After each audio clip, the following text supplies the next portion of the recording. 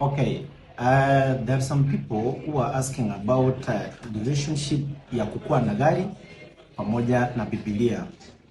Leo nataka nikuwe pastor kidogo.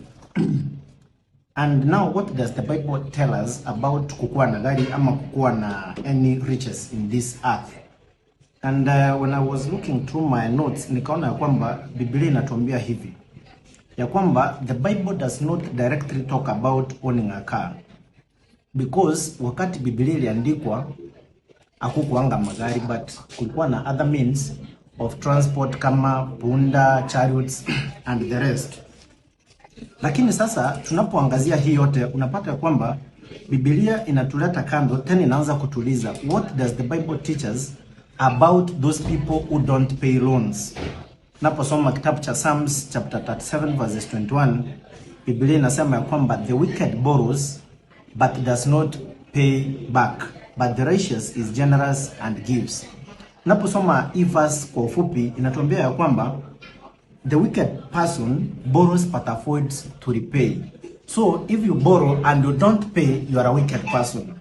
But the righteous are responsible and generous, willing to help others.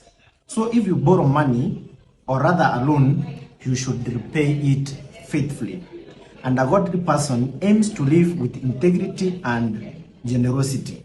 Being righteous is not just about faith, but also how to treat people financially and morally.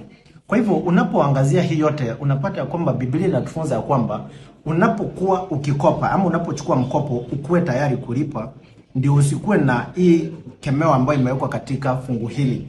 Na unapokamilisha kwamba unaambiwa kwamba owning a car or owning property in this world is not evil, na kwamba hii yote itakuzuia kuvunja sheria ya 10 ambayo inasema ya kwamba do not covet. Kwa hivyo mnaweza tutembelea katika Together as One muweze kupata loan kwa bei nafuu kabisa ambayo haifinyi mfuko, ama unipigie simu kwa 0707424515.